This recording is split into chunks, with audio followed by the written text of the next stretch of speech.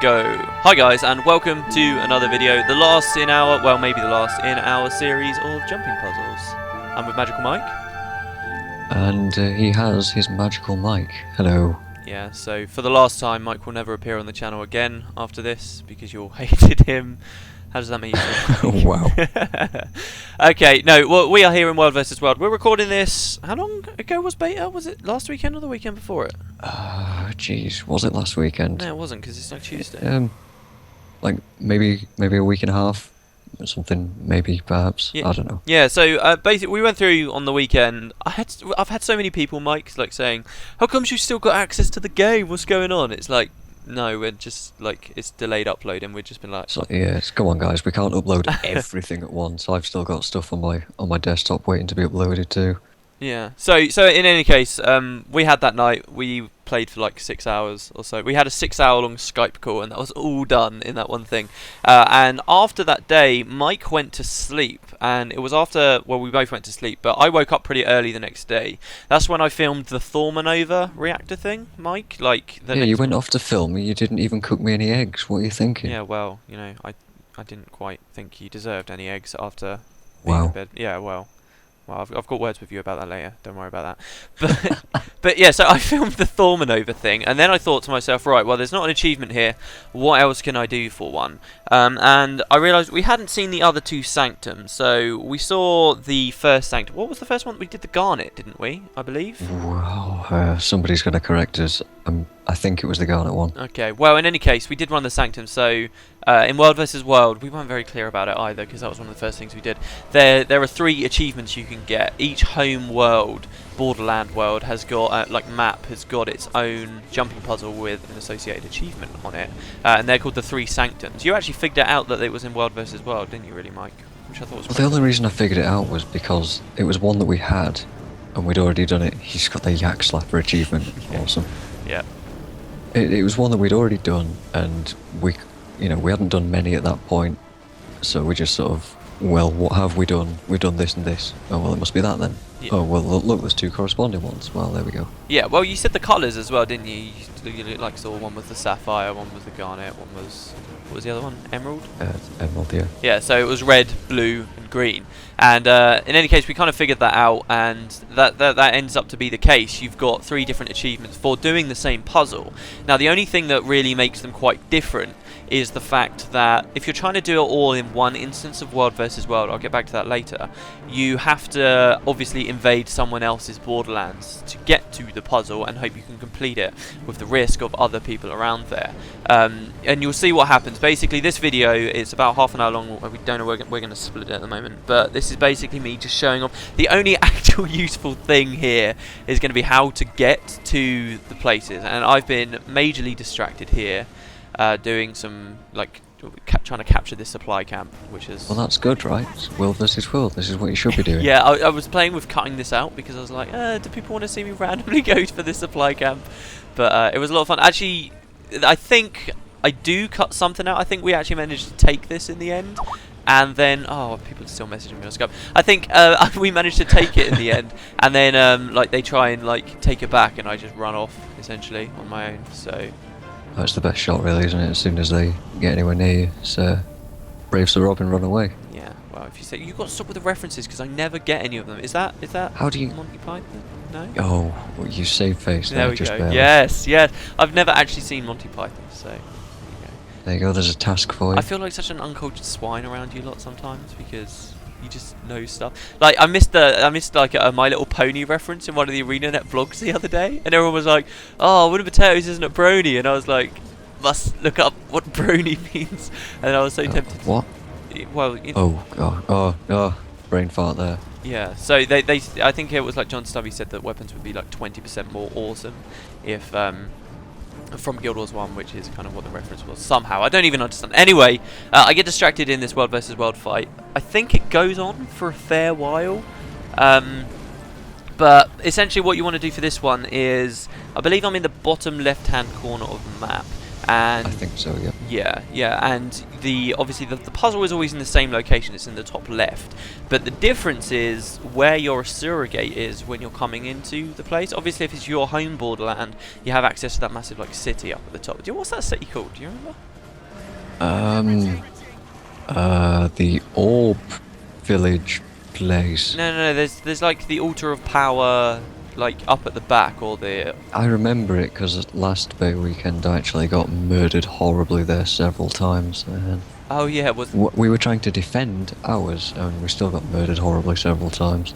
Wait, and you were actually invincible in the city though, but people were just walking around, right? I don't think you're invincible in that area, no. Oh, because that's Just in to the your north. keep. Right, okay, I gotcha.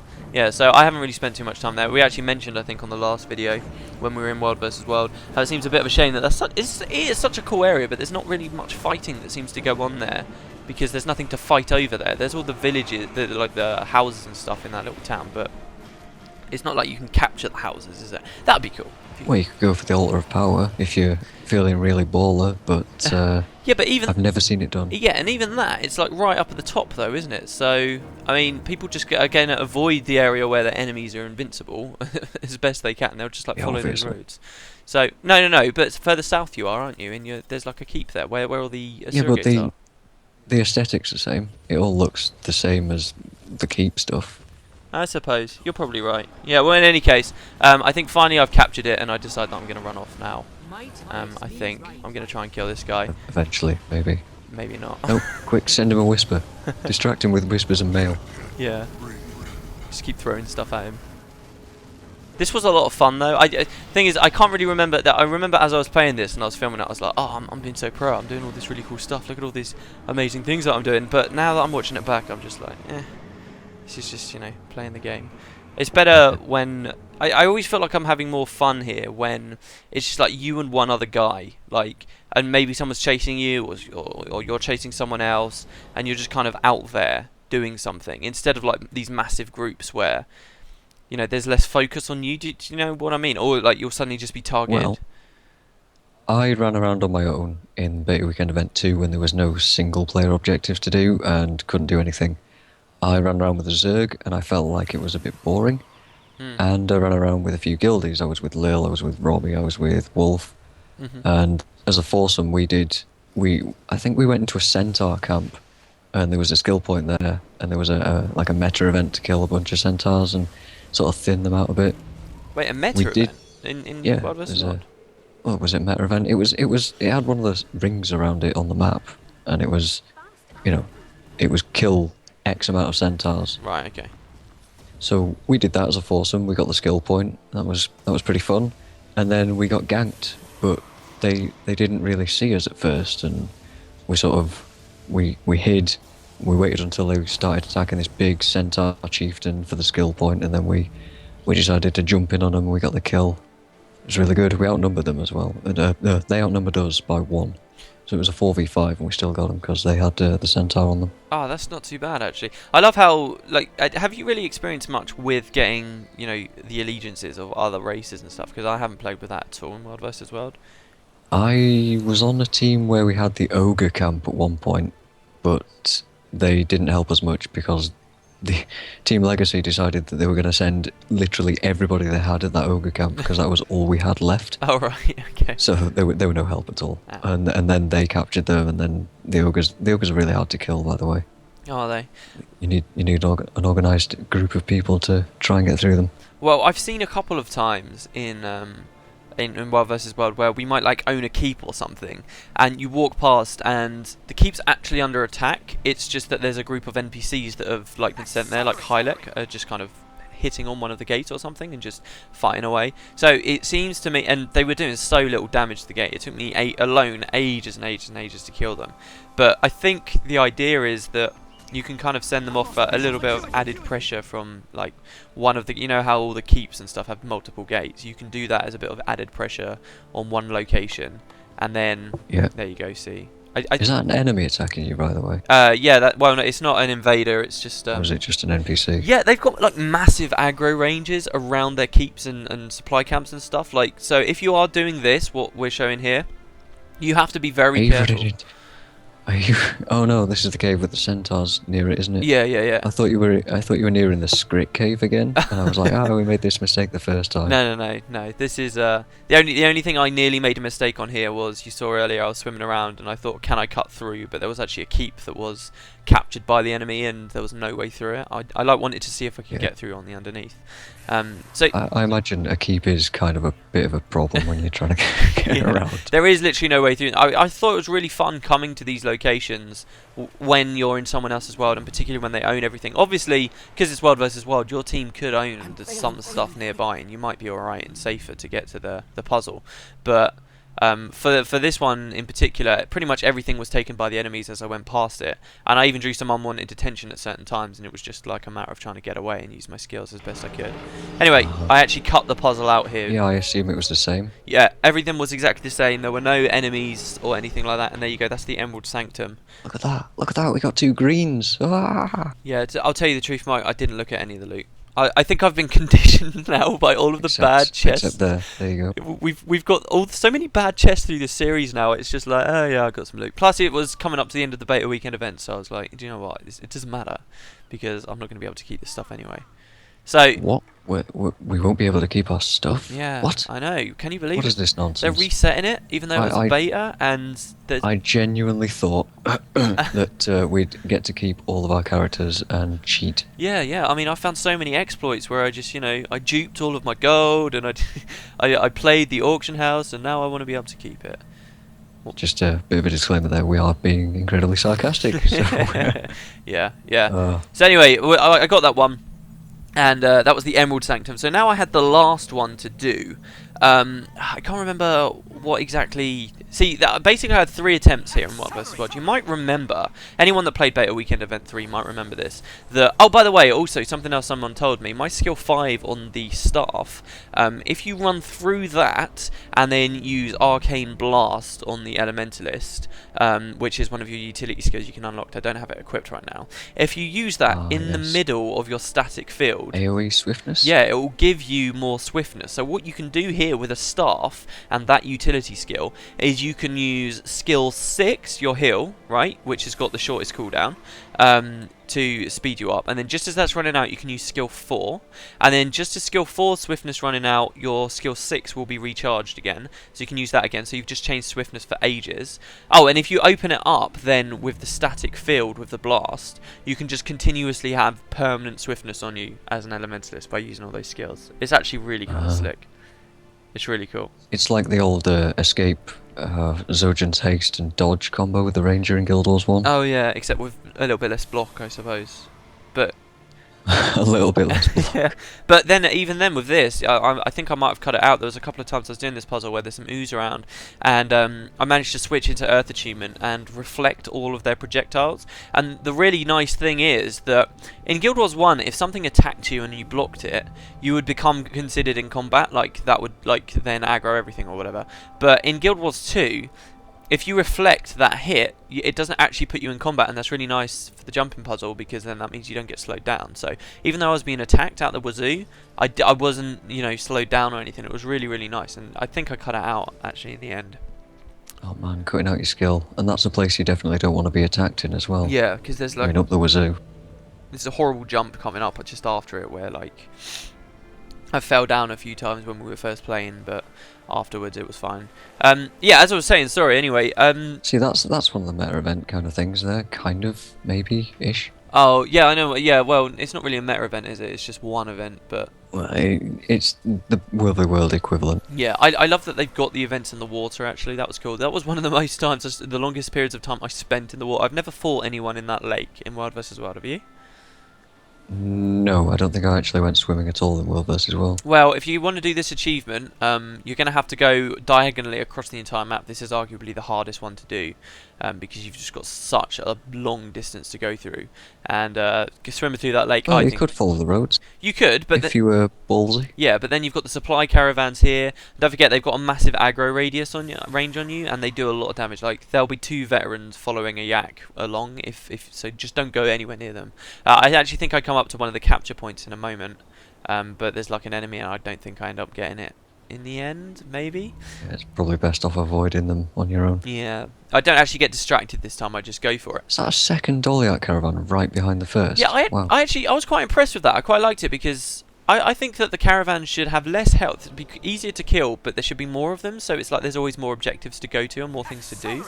Do you know? Does that make any sense? I think that that's more interesting, and it's the same. My opinion's the same when it comes to like the keeps in World versus World with the gates. I think instead of having one really big beefy gate that people just spend ages beating on, they should instead have like 2 gates there, but you know, just organise the keep slightly different. So it's 2 gates that both combined have the same strength of that one. It's just now you've got 2 to break through, which, you know, eases up the pace a little bit more. Does that make any sense? Does that... See, I'd much rather It that. does. In Stone Mist Keep, there's 3 gates, I think. Yeah, see, but even for that, I'd just say, like, double it. So, like, for regular keeps, you're going to have to be going through 4 gates instead of 2. And for Stone Mist, 6. That would be cool to me. I think that would be cool. Just more interesting little things you can go for. So it doesn't feel like you can just, you know, start auto-attacking and then just go AFK. Because, you know, fighting the keep should probably be the most exciting thing in World versus World, right? But actually, it just kind of gets a bit boring. And it's like you just hit this gating mechanic where you're just waiting around, and it's kind of the chance for the others to muster some kind of resistance, which I agree with, but, you know, it should be a bit more interactive waiting that time out. Well, I mean, you do have to move around and stuff, because the enemies obviously can hit you while you're stood underneath the walls and things, so you need to move and pay attention, or else you're gonna die stupidly.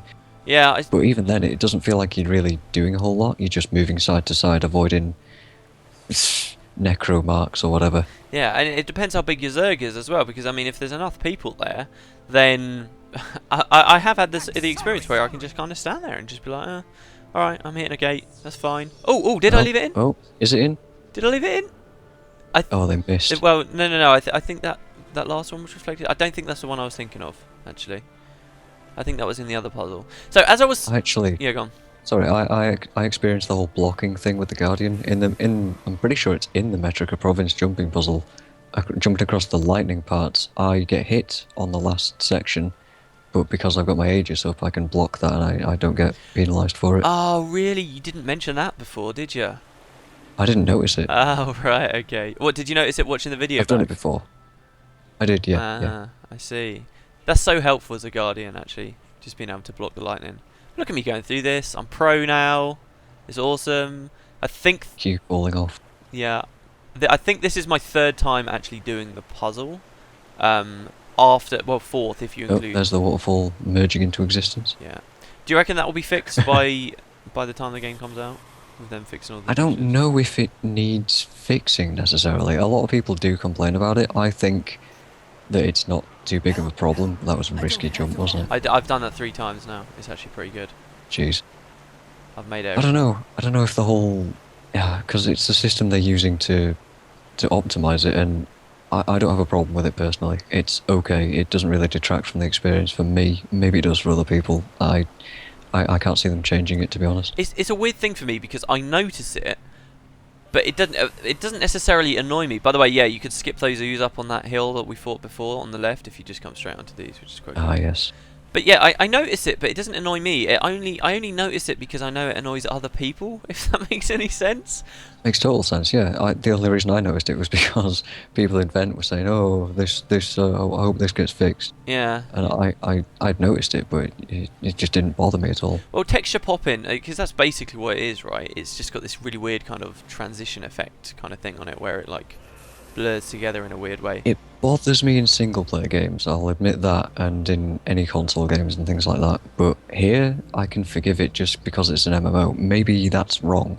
Maybe I shouldn't be so forgiving of it, but I am. So that's what happens. Yeah, it is kind of weird in that regard because, I mean, they talked a lot about trying to like make the game more immersive and stuff, and I suppose something like that is a big problem, like visually for the game, but.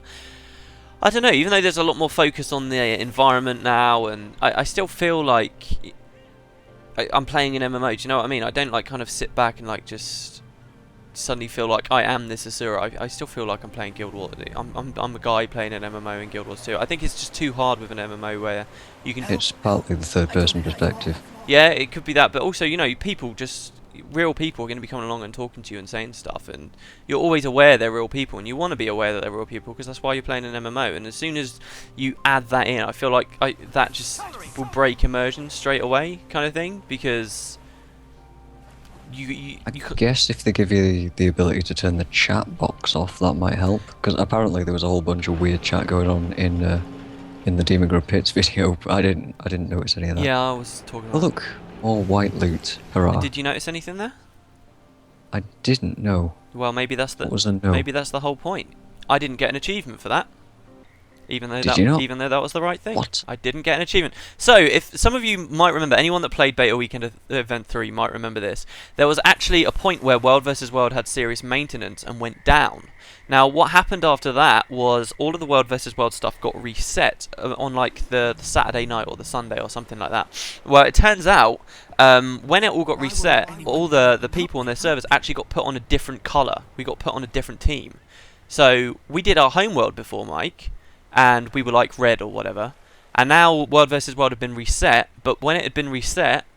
So you're now blue? Yeah. Is that why Yeah. you were near a blue keep? Oh man. Yeah. So I just did all of that, showed the path how to do it properly, but that wasn't the right one anymore, because that's the one, in theory, I'd got before the World vs. World was reset. So that's something to point out with this whole video we're doing here, this kind of guide, the very unnecessary guide, is that if you really want, you don't have to invade anyone else's thing. You can just wait for World vs. World to reset and then go on your own team, and just wait until you get the right colour. Obviously there's going to be an element of luck there, because I don't think there's any proper way to predict exactly what side you're going to be on. I don't think it will always rotate it like that. Do you see how I almost went off the edge there? No, I've no idea. Yeah, I did. Yeah, so basically then I realised, oh god, I've got to do it again. Now, I was just going to cut the video there, but when I then finally went off to invade and... What is that? What is going on with that skill? What skill?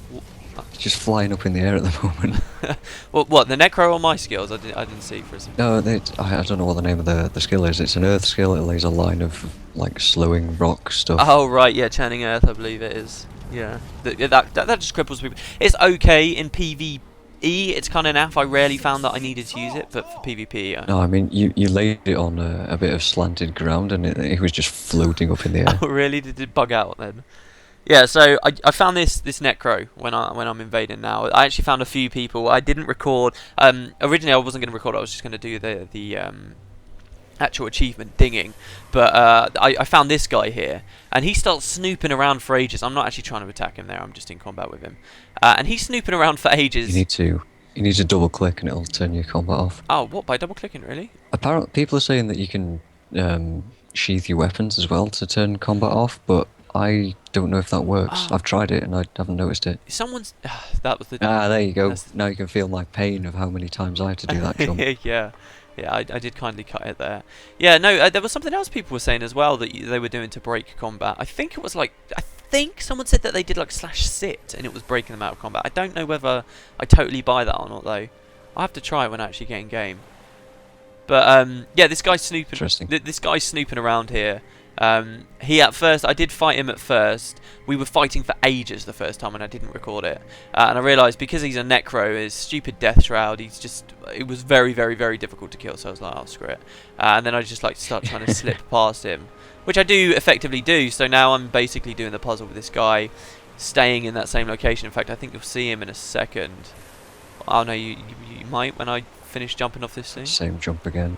It's a good shortcut, that. So if you do it in the order I'm doing it in, where you go for whatever you want to call it, that one on the ridge first. The waterfall. Yeah, all right. And then you do the floating island one second. Oh wait, hold on. No, the floating island one first, and then this one second. You'll actually probably get there much quicker. Yeah, this time I come up the side. Is this it? No, that wasn't it either, because it was definitely in the other place. That might have been it, because you didn't get immobilized and you were right next to the dude. But I think I got hit by that sparkfly or something, and now I'm in combat, which is kind of annoying. I think I make the jump anyway. But yeah, so I left this one in just for kind of completionist's sake. I guess now we have... Barely.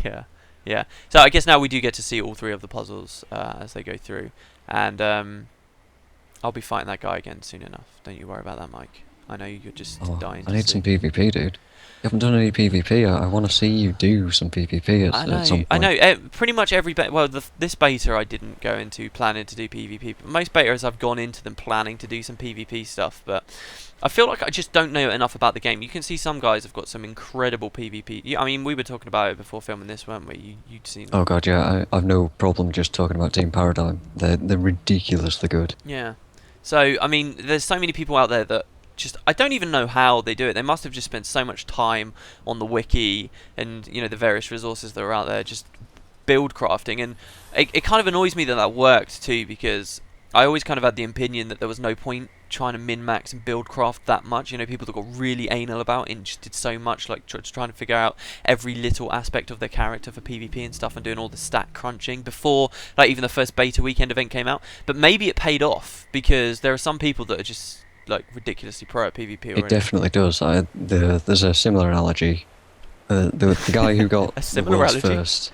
Similar, blah, blah, blah. Oh yeah, that thing. Similar analogy. Yeah. There we go. Yeah. Good. The guy who got the world's first Diablo hardcore Inferno kill. He and his little team of guys spent like months theory crafting and build crafting. There you go, falling off again. I was doing so well up to then. They spent months theory crafting their stuff, and in the end, it definitely paid off, and you could really tell that it did. I thought I cut this. So it's totally crazy that kind of stuff does work out. But there you go, guys. Yeah, well, what annoyed me with I thought I'd cut this run out, by the way, so sorry this is still in there. But what annoyed me about that was I always kind of thought, well, Guild Wars 2 is a lot more about being able to move.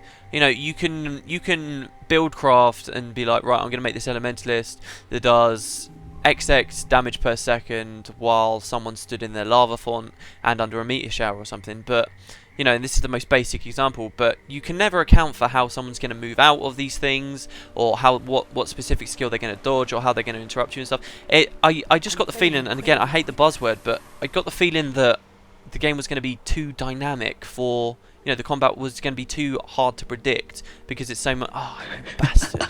Oh, and this is going to be left Unlike in two. static ledges that are incredibly easy to predict. Oh no, I thought this was all cut out. Oh my god. No, I didn't fail, I swear. So yeah, I mean, but apparently it did work. There's some great people at PvP. PvP is something I'm looking into though, for when launch comes out. Some of the best PvP builds I've seen focus on either burst, conditions, or just flat out crowd control. Right. Engineer builds that stack various crowd control effects and then just chain them together mean that they're not necessarily very tanky, they're not very survivable, but they can screw with somebody for so long that eventually that person just ends up taking more damage than the engineer did. Yeah. Yeah, I mean, some of those. And if you got team support as well, then just chain stun them and then let your friends kill them. Which is what it's all about. I saw a video, I can't remember who it was or where it was a while ago, but some guys that were doing PvP stuff, and they were just all communicating really, really strongly. So they had a guy that was like proper tanked up, and it worked simply owing to the fact that the rest of his team always had enough time to get to him and just take whatever point he was at or kill whatever straggler was around, and they were absolutely owning it up. Well, there you go. There's the Sapphires. Hey, ding. Yeah. We were right. We got the crimson one first. So. Yeah. Ooh, phew. Oh yeah. There you go. Yeah, that's true. Yeah, I thought it was crimson. So yeah, that is now. I mean, everyone's going to be seeing this right at the end of the series, Mike. So that is every single. I'm going to say it. That was every single achievement that was there in the beta. I'm sorry. We would have seen if there was another jumping puzzle achievement. Someone would have found it, but no one has. Somebody would have, unless they're keeping it to themselves and they're going to laugh at us in the comment section. Yeah, well, what might be going up on the channel after this is, by the way, we're still watching footage here because we're about to see my little friend again. What will be going up on the channel now, I might have a video going up where we look at something that was really well hidden in Lion's Arch that apparently some people just glitched. Oh, look at all that. Yeah, it's good, isn't it? It's good. So So good to see all that. Spelunker's Delve wasn't in there, Crimson Plateau wasn't in there, Crazer's Folly wasn't, or the Behem Gauntlet. Gauntlet, yeah. The Gauntlet was, if you search Behem on the wiki, it actually shows you a place that's available in the Blaze Ridge area, the what's that called again? Crap. The Gamescom area where the Shatterer was. So it seems like I can't tell you. I don't know. so yeah, so it seems like that puzzle achievement might be from there. It's curious to me that that puzzle achievement is like here in the beta, because that's just like a random higher level zone, and I wonder whether Maybe it's just a teaser. do you think that these are all the achievements that we'll find, puzzle achievements that we'll find at launch though, or do you think there'll be some more that they'll add? I think there's got to be more. There's got to be more high level areas with puzzles in them. Yeah. And if there aren't, then disappointment, I guess. Yeah, I mean, there's stuff like the Thormanova thing that we found and stuff like that that I feel like really do deserve achievements of their own. And there could even, if they had enough, there could even be an achievement for, you know, finding lots of puzzle achievements. I think that could even work.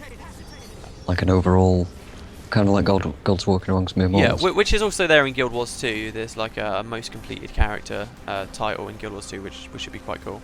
So we'll have like 3 of those. We'll have Champion of the Gods, Gods Walking Amongst Mere Mortals from Guild Wars 1, and then whatever the new Guild Wars 2 equivalent will be, which should be quite good.